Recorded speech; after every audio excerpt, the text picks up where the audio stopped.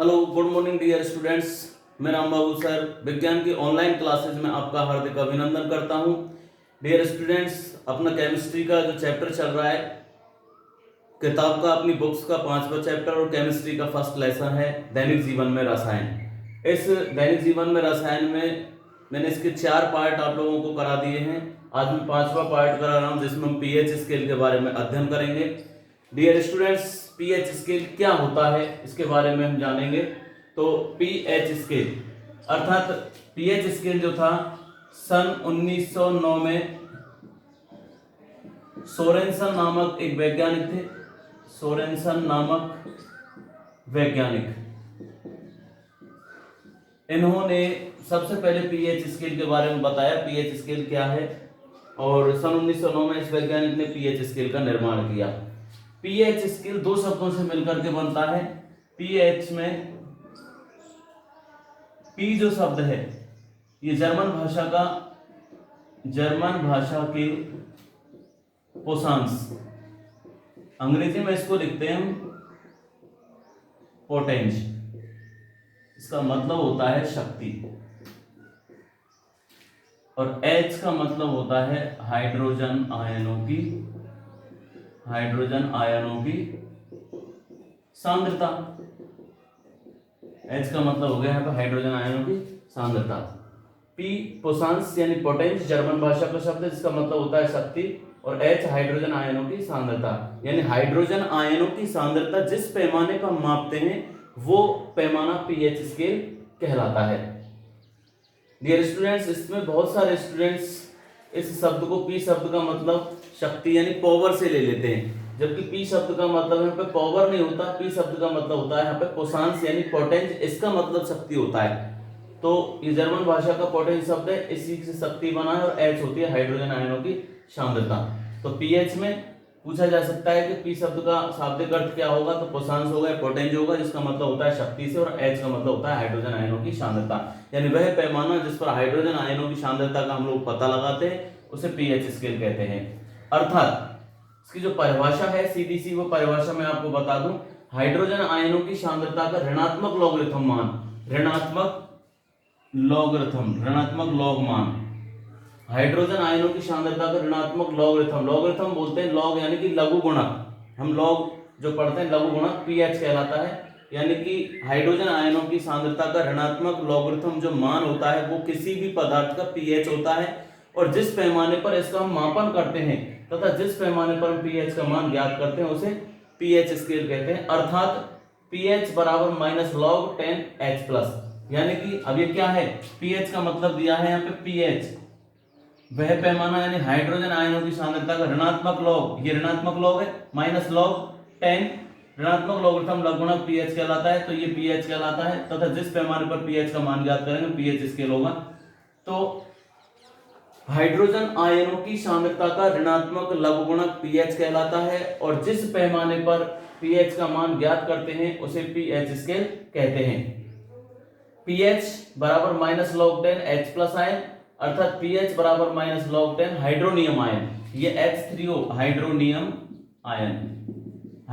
Ion क्यों लिया है, इसका कारण है क्योंकि ड्राई अवस्था में कोई भी अम्ल अपनी प्रतिक्रिया व्यक्त नहीं करता, ना कोई क्षार अपनी प्रतिक्रिया व्यक्त करता है, शुष्क अवस्था में इनका कोई प्रभाव प्रदर्शित नहीं होता, इसलिए क्या करते हैं नमी के साथ में, जल के साथ में ये क्रियात्मक स्वरूप अपनाते हैं अपना, जल या नमी में, जैसे अब यहाँ पर हाइड्रोजन आयन है, H प्लस आयन है, इसके साथ में इसको क्या बना दिया हमने, जल में मिला दिया यानी H2O, तो क्या बन गया ये H3O, तो ये हो गया हाइड्रोनियम आयन। तो पीएच बराबर माइनस लॉग 10 हाइड्रोनियम आयन। अब हाइड्रोनियम आयन यानी कि चाहे तो वो अम्ल है तो वो भी कैसा है, नमी वाला है, चाहे वो क्षार है तो भी कैसा है, नमी वाला है। उदाहरण के तौर पर जैसे उदासीन जल के लिए H प्लस व OH आयनों की सांद्रता, उदासीन जल क्या होता है जिसके पीएच का मान 7 होता हो, फिक्स 7 होता हो, वो होता है उदासीन, ना वो अम्ल है ना वो क्षार है। अब उदासीन के लिए जिसका पीएच का मान 7 है उसके आयनों की सांद्रता क्या है, 1 × 10 की पावर -7, 1 × 10 की पावर -7 प्रति मोल प्रति लीटर होती है। अतः इसका पीएच ज्ञात करना है, तो पीएच ज्ञात करने के लिए क्या है, हाइड्रोजन आयन की सांद्रता लेंगे हम कॉमन, तो पीएच बराबर माइनस लॉग 10 हाइड्रोजन आयन की सांद्रता, तो ये H प्लस या OH माइनस आयनों की सांद्रता है। इस सांद्रता को व्यक्त करने के लिए जितना मान है इसके आधार में आ जाएगा, और जिसका इसका ऊपर का जो अंश वाला हिस्सा है वो इसके आगे की तरफ माइनस log 10 के मान को व्यक्त करेगा। तो जितना इसका ये पार्ट दिखाई देगा 1 × 10 की पावर में माइनस जितना भी मान है वो इसके pH के मान को व्यक्त करता है। अर्थात उदासीन जल के लिए pH का मान कितना होता है? उदासीन जल के लिए pH का मान pH बराबर होता है 7। तो कैसा है ये? उदासीन है। pH स्केल पर माना जिससे हम pH स्केल पढ़ते हैं तो बात आती है pH स्केल की। pH स्केल में होता क्या है? माना ये pH स्केल है, ये इसका pH स्केल बना दिया मैंने। इसका मध्य पार्ट ये भाग इसका है, एग्जाम्पल के तौर पे यहाँ पे ये है इसका 7, 8, 9, 10, 11, 12, 13 और इसका एट लास्ट हो जाता है यहां से आगे 14। इधर से 6, 5, 4, 3, 2, 1 और 0। इन पर जो हम pH स्केल का निर्माण करते हैं H+ आयन की सांद्रता के लिए, तो यहां से हम देखेंगे कि ये कैसा है? उदासीन है। ये कैसा है? उदासीन। अब इसकी उदासीनता जो व्यक्त हो रही है, इस उदासीनता के लिए यदि हम देखें इसको इस तरीके से,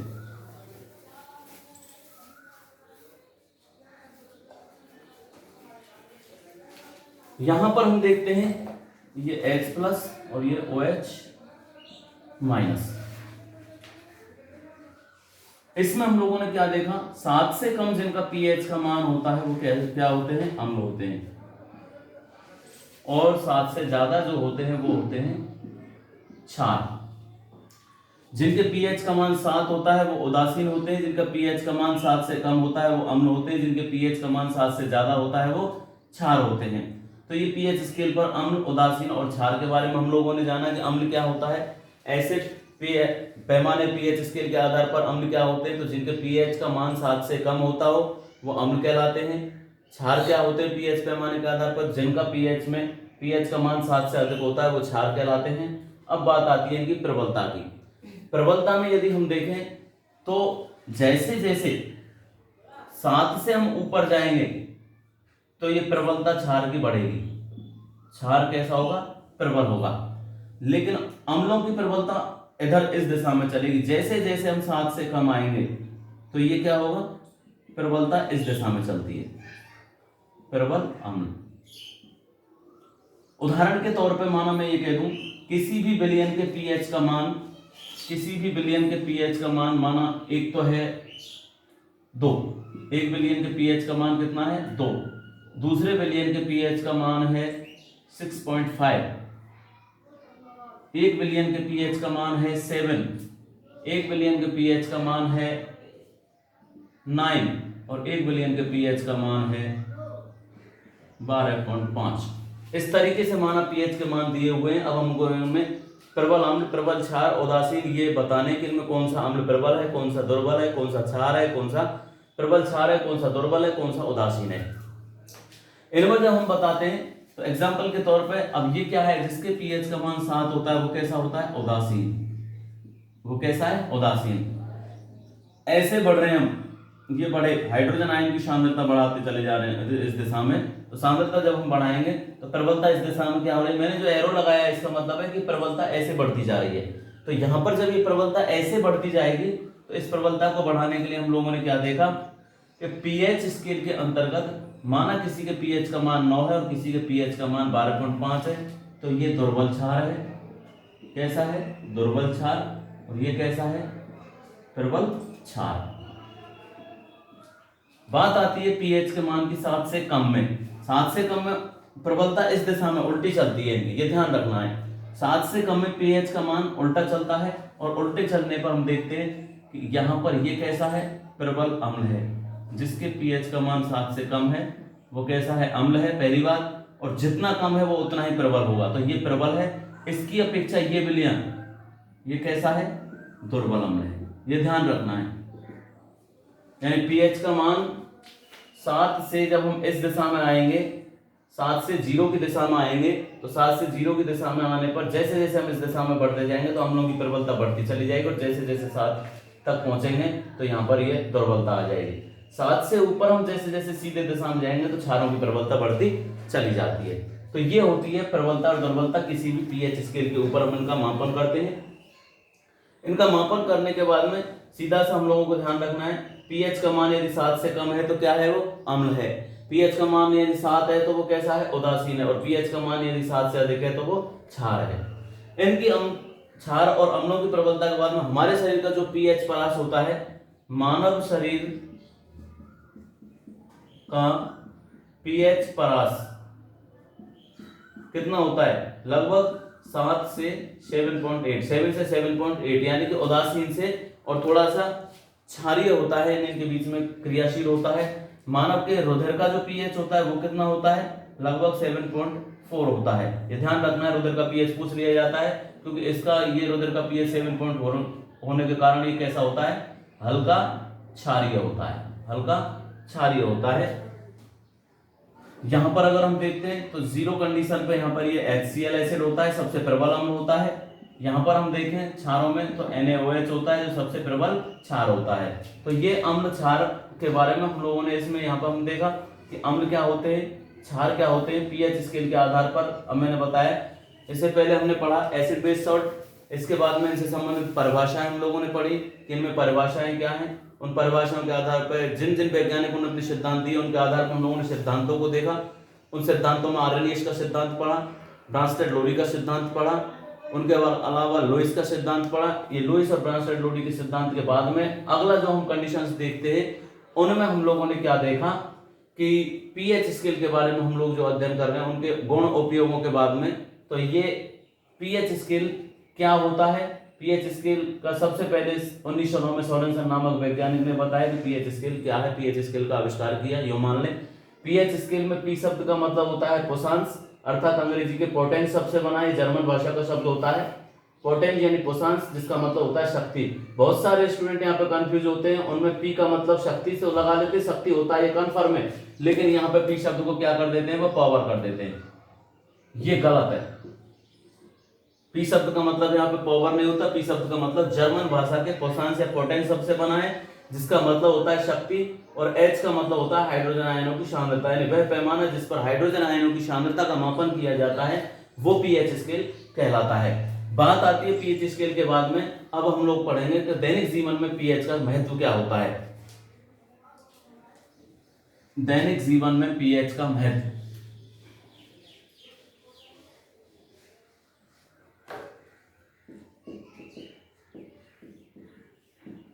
दैनिक जीवन में पीएच का महत्व। दैनिक जीवन में पीएच का महत्व अत्यंत अनिवार्य होता है। हमारे जीवन के अंतर्गत हम बहुत सारे ऐसे पदार्थ होते हैं जिनका उपयोग हम लोग खान पान के दौरान करते हैं, जिनमें कुछ अम्ल होते हैं, कुछ क्षार होते हैं, उनका प्रभाव हमारे शरीर पर क्या पड़ता है। तो दैनिक जीवन में अम्लता व क्षारकता की जानकारी होने के बाद में हमारी कई समस्याओं को सफलतापूर्वक हम लोग समाधान भी करते हैं। उस समाधान के लिए दैनिक जीवन में हमारे उपयोगों में मुख्य रूप से जैसे उदर की अम्लता, नंबर 1 बात आती है उदर की अम्लता, यानी कि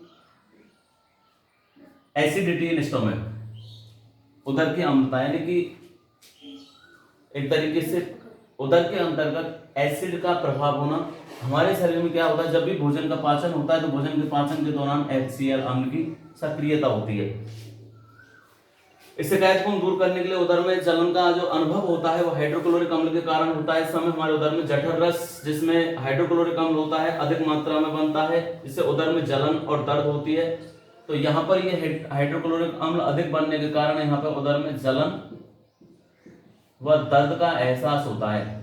इससे बचाव के लिए हम लोग क्या करते हैं, एंटासिड का उपयोग करते हैं। एंटासिड, जिसमें उदाहरण के तौर पे MgOH का whole twice, magnesium hydroxide, magnesium hydroxide, इसका घोल बनाया जाता है जिसको हम उपयोग करेंगे। उसके दौरान उदर के जलन और दर्द की जो शिकायत है, एसिडिटी की जो कंडीशन है वो समाप्त हो जाए। क्यों? क्योंकि ये एक अम्ल है और ये क्या है, एक क्षार है। तो ये अम्ल के ऊपर जब क्षार का प्रयोग करेंगे तो इसका प्रभाव क्या हो जाएगा, कम हो जाएगा, उदासीन हो जाएगा। और उदासीन होने के उपरांत ये प्रक्रिया यहाँ पर इसको उदासीन कर देगी, जिससे इस दर्द से निजात पाई जा सकती है। मैग्नीशियम हाइड्रोक्साइड, इसको हम मिल्क ऑफ मैग्नीशिया भी बोलते हैं, मिल्क ऑफ मैग्नीशिया। प्रश्न पूछा जा सकता है कि उदर की अम्लता को दूर करने के लिए हम किस पदार्थ का उपयोग करते हैं। तो उदर की अम्लता को दूर करने के लिए मैग्नीशियम हाइड्रोक्साइड अर्थात मिल्क ऑफ मैग्नीशिया का प्रयोग किया जाता है। पहला जो जीवन में महत्व है वो है उदर की अम्लता को दूर करना। दूसरा है, नंबर 2 है दंत क्षय। दंत क्षय, दंत क्षय का मतलब होता है दांतों का क्षरण। मुख के अंतर्गत जब पीएच, मुख का जो साधारणतः पीएच का मान जो होता है वो बराबर होता है 6.5 के करीब होता है। खाना खाने के पश्चात हमारे मुख के अंतर्गत बैक्टीरिया बढ़ जाते हैं, विभिन्न प्रकार के जीवाणु अपना प्रभाव छोड़ना शुरू कर देते हैं, और बैक्टीरिया बनने के उपरांत ना मुख में पीएच का मान धीरे धीरे क्या हो जाता है, पीएच का मान हो जाता है कम। और जब पीएच का मान आ जाता है 5.5 या इससे कम जब हो जाता है तो दांतों के ऊपर इसका प्रभाव पड़ता है। दांतों पे जो चढ़ा हुआ जो एनामल होता है, चिकना जो दांतों के ऊपर पदार्थ होता है, वो धीरे धीरे क्षरित होने लग जाता है, यानी क्षरण होने लग जाता है। और वो क्षरण होने के बाद में दांतों पर जो चिकनाई होती है वो समाप्त हो जाती है और दांत अत्यधिक मात्रा में गंदगी लेना, एब्जॉर्ब करना शुरू कर देते हैं। तो इस कंडीशन से बचाव के लिए हम क्या करते हैं, विभिन्न प्रकार के टूथपेस्ट का प्रयोग करते हैं। और जितने भी हम टूथपेस्ट का प्रयोग करते हैं वो सभी कैसे होते हैं, क्षारीय होते हैं, जिनके अंतर्गत कैल्शियम और मैग्नीशियम हाइड्रोक्साइड की मात्रा मिलाई जाती है, तो वो क्षारीय होते हैं। तो दंत क्षय दैनिक जीवन के पीएच महत्व में पहला है उदर की अम्लता को दूर करना, दूसरा है दंत क्षय, तीसरा आता है कीटों का डंक। नंबर 3 है कीटों का डंक। कीटों के डंक की यदि हम बात करें तो जैसे मधुमक्खी वगैरह जो होते हैं, ये मधुमक्खी जो होती है, मधुमक्खी है या चींटी है, ये क्या है, ये विशेष प्रकार का एक एसिड छोड़ते हैं। ये क्या करते हैं, एसिड छोड़ते हैं। और ये एसिड छोड़ने के बाद में हमको किसका एहसास होता है, जलन व दर्द का। इस जलन व दर्द से बचाव के लिए हम क्या करते हैं, सोडियम बाइकार्बोनेट का प्रयोग करते हैं। NaHCO3 का हम लोगों द्वारा उपाय किया जाता है, या चूने के पानी वगैरह का भी हम उपयोग कर सकते हैं, या धातुओं का भी हम लोग उपयोग कर लेते हैं। कभी कभार हम लोगों ने सामान्य तरीके से देखा है कि माना जैसे मधुमक्खी वगैरह के जैसे डंक छोड़ती है, तो छोड़ने के उपरांत यदि हम उसका बहुत बारीकी से एहसास करें तो एहसास करने पर हम लोग पाते हैं कि वो डंक ना छोड़ के एक विशेष प्रकार का तरल पदार्थ छोड़ती है। और वो जो तरल पदार्थ होता है वो हवा के संपर्क में आने पर वो कांटे का रूप परिवर्तन कर लेता है, और रूप परिवर्तन करने के बाद में उस स्थान पर जलन और सूजन आ जाती है। तो जलन और सूजन को फिर वो एसिड अपना प्रभाव छोड़ रहा है, जलन और दर्द का एहसास कर रहा है। अब वो क्या है, उसने जो छोड़ा है वो अम्ल है। अम्ल को उदासीन करने के लिए मैं बार बार ये बता रहा हूं, अम्लों को उदासीन करने के लिए हम लोग किसका प्रयोग करते हैं, क्षारों का प्रयोग करते हैं। क्षारों के प्रयोग के अंतर्गत अब जैसे यहाँ पर हमने सोडियम बाइकार्बोनेट है, चूने का पानी है, वो भी हम काम में ले सकते हैं। कैल्शियम हाइड्रोक्साइड CaOH का होल्ड्राइस, ये भी हम इसके प्रयोग में ले सकते हैं। उसके अलावा हम लोग क्या करते हैं, धातुओं को भी रगड़ते हैं। जैसे ही किसी मधुमक्खी वगैरह या किसी का डंक, अगर अचानक से किसी कीट का डंक आ जाता है तो उसके उस स्थान पर हम क्या करते हैं, धातु की कोई वस्तु बनी हुई होती है तो उसको हम उस स्थान पर रगड़ना शुरू कर देते हैं। क्यों, क्योंकि धातुएं भी कैसी होती हैं, क्षारीय ऑक्साइड का क्षारीय रूप होती हैं। धातुओं की प्रकृति कैसी होती है, क्षारीय होती है। ये मैंने कल के टॉपिक में बताया था कि धातुओं की प्रकृति होती है क्षारीय। तो यहाँ पर हम लोगों ने देखा कि उदर की अम्लता को दूर करने के लिए, उसके अलावा कीटों के डंक को, दंत क्षय को, इनके बाद में आता है अम्ल वर्षा।